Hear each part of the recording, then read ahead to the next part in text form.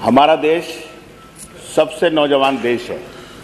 140 करोड़ की आबादी के अंदर सबसे अधिक 35% इस देश के अंदर युवा रहते हैं और हमारा प्रदेश उत्तर प्रदेश इस देश का सबसे बड़ा प्रांत है। 25 करोड़ की आबादी के अंदर 8 करोड़ नौजवान हमारे देश उत्तर प्रदेश के अंदर रहता है। सीएमआई का डाटा है कि पूरे भारतवर्ष में अगर सबसे ज़्यादा बेरोजगारी है तो वो है उत्तर प्रदेश के अंदर 24%। माननीय मंत्री जी भी समय समय पर जब सवाल विधानसभा के अंदर होते हैं तो मंत्री जी भी इसमें अपने जवाबों में सही चीज़ नहीं बता पाते। प्रथम सत्र के अंदर जो 2024 का था उसके अंदर मंत्री जी से पूछा गया कि माननीय मंत्री जी ये बताने का कष्ट करें कि कितने लोगों को सरकारी नौकरी अब तक इस आपकी सरकार ने 8 साल के अंदर दी। तो मंत्री जी ने ये नहीं बताया किसी भी जवाब के अंदर कि हमने इतनी सरकारी नौकरियां दी हैं। सरकार की तरफ से मंत्री जी या और लोग जवाब देते हैं तो कहते हैं हमने 6 लाख नौकरियां सरकारी हम लोगों ने उत्तर प्रदेश के नौजवानों को अपने इस 8 साल की सरकार के अंदर दी हैं। आउटसोर्सिंग के अंदर खुद मंत्री जी एक जगह कहते हैं कि हम लोगों ने रोजगार मेले लगाए 6,449 और नौकरी दी 8,67,765।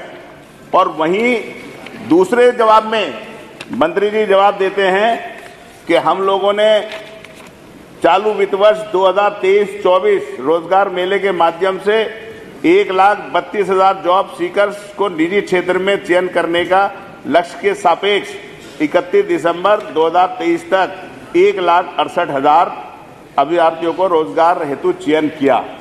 तो मंत्री जी सरकार हर चीज में लोगों को गुमराह करने का काम कर रही है। आप कहते हैं आउटसोर्सिंग के और दूसरे जरियों से हम लोगों ने रोजगार के इतना काम किया, 2 करोड़ रोजगार दे दिए। मंत्री जी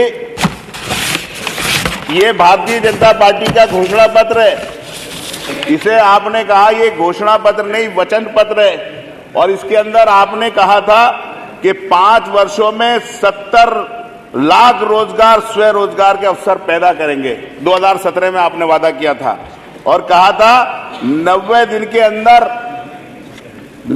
के अंदर प्रदेश के सभी विभागों में जो रिक्त पद हैं उनके ऊपर हम लोग 90 दिन के अंदर पारदर्शी भर्ती प्रारंभ कर देंगे। अब तो 8 साल हो गए।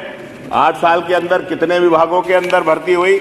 मंत्री जी बैठे हैं, बिजली मंत्री जी, मैं आपसे पूछना चाहता हूं कि विद्युत विभाग में कितनी भर्तियां हुई, नगर विकास के अंदर कितनी भर्तियां हुई, सिंचाई विभाग के अंदर कितनी भर्तियां हुई, आबकारी विभाग के अंदर कितनी भर्तियां हुई? जितने विभाग हैं सवाल पूछा जाता अध्यक्ष जी, कहीं नहीं बताया जाता कि कितनी भर्तियां हुई। सिर्फ कौन सा काम चल रहा है कि आउटसोर्सिंग। मैं ये कह सकता हूं कि आउटसोर्सिंग के अंदर मंत्री जी ने जवाब दिया कि उसके अंदर बाबा साहब के संविधान ने जो हम लोगों को आरक्षण के अंदर व्यवस्था दी है, जो 50% ओबीसी का, जो एससी का आरक्षण है, जो एसटी का आरक्षण है, आउटसोर्सिंग के पूरे आरक्षण आप नौकरियां देकर पूरा का पूरा आरक्षण खाने का काम ये सरकार कर रही है। जो बाबा साहब के संविधान के आरक्षण खत्म करने की जो साजिश है वो सरकार इस पर आउटसोर्सिंग का काम कर रही है। क्योंकि अगर आप सरकारी नौकरियां निकालेंगे तो यकीनी तौर पर सरकारी नौकरियां जब निकलेंगी तो आपको उसमें 50% एससी ओबीसी का आरक्षण देना पड़ेगा। मैं कहना चाहूंगा इस उत्तर प्रदेश के अंदर कम से कम हमारा भाई बैठा अतुल प्रधान अभी आया, क्या जरूरत पड़ रही है आज एक विधायक को झाड़ू लेकर आ रहा, सफाई कर्मचारी की यूनिफॉर्म में आ रहा है। आपसे कहना चाहता हूं उत्तर प्रदेश के अंदर सफाई कर्मचारी के 1 लाख पद खाली हैं। आज जो लोग रिटायर हो रहे हैं उनके स्थान पर सफाई कर्मचारी नहीं भर्ती हो रहे। वो सफाई कर्मचारी जिन्हें समाज में सम्मान नहीं दिया जाता, जिन्हें अपने बराबर में बिठाकर भारतीय जनता पार्टी वाले अपनी शादियों तक में इनवाइट नहीं करते, उन सफाई कर्मचारी वो बेचारे 12,000 रुपए की नौकरी कर रहे हैं। मैं कहना चाहूंगा, नगर निगम, नगर पंचायत, नगर पालिकाओं में ट्रैक्टर चलाने का मामला हो या बिजली व्यवस्था सही करने का मामला हो या दूसरे मामले हो, सारे के सारे मामलों के अंदर, आदरणीय अध्यक्ष जी, सारे मामलों के अंदर सरकार कोई भर्ती नहीं करने का काम कर रही।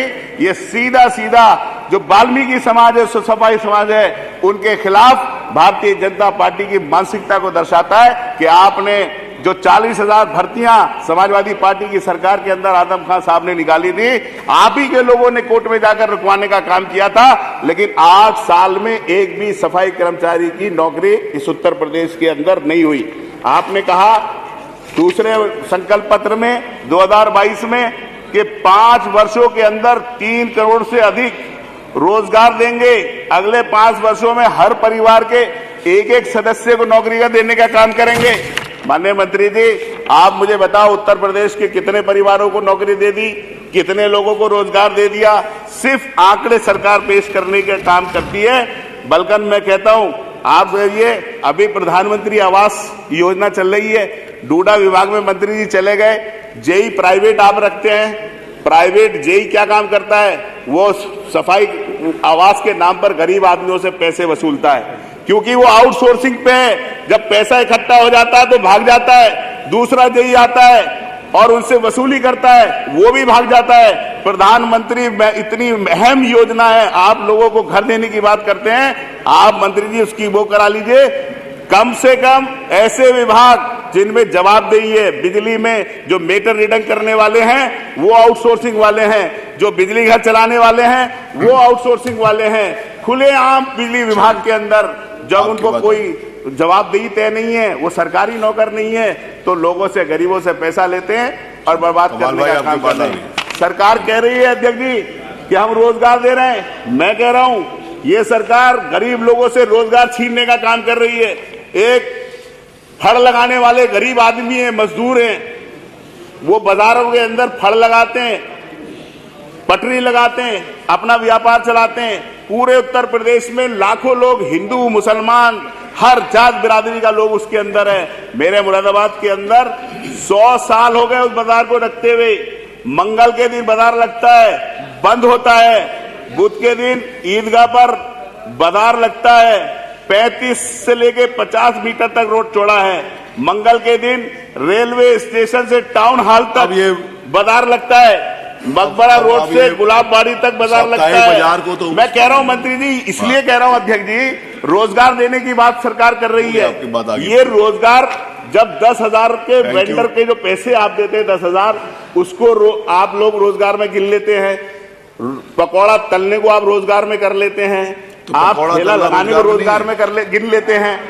सर गिन लेते नौकरी, तो ये जो लोग ये अपना घर पेट पाल रहे हैं, धन्यवाद, ये बाजार हैं। लाखों लोग अध्यक्ष जी, लाखों लोग इससे जुड़े हुए हैं, जो बेचारे मुरादाबाद के अंदर उनके बाजार बंद कर दिए गए, तो ये रोजगार छीनना नहीं हो गया।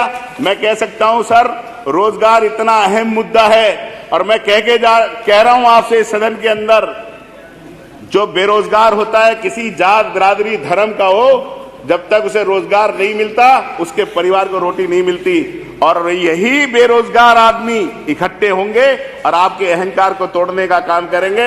मैं कहूंगा इस महत्वपूर्ण मुद्दे के ऊपर सदन की कार्रवाई रोककर चर्चा कराने का कष्ट करें। आपने बोलने का मौका दिया, बहुत बहुत धन्यवाद।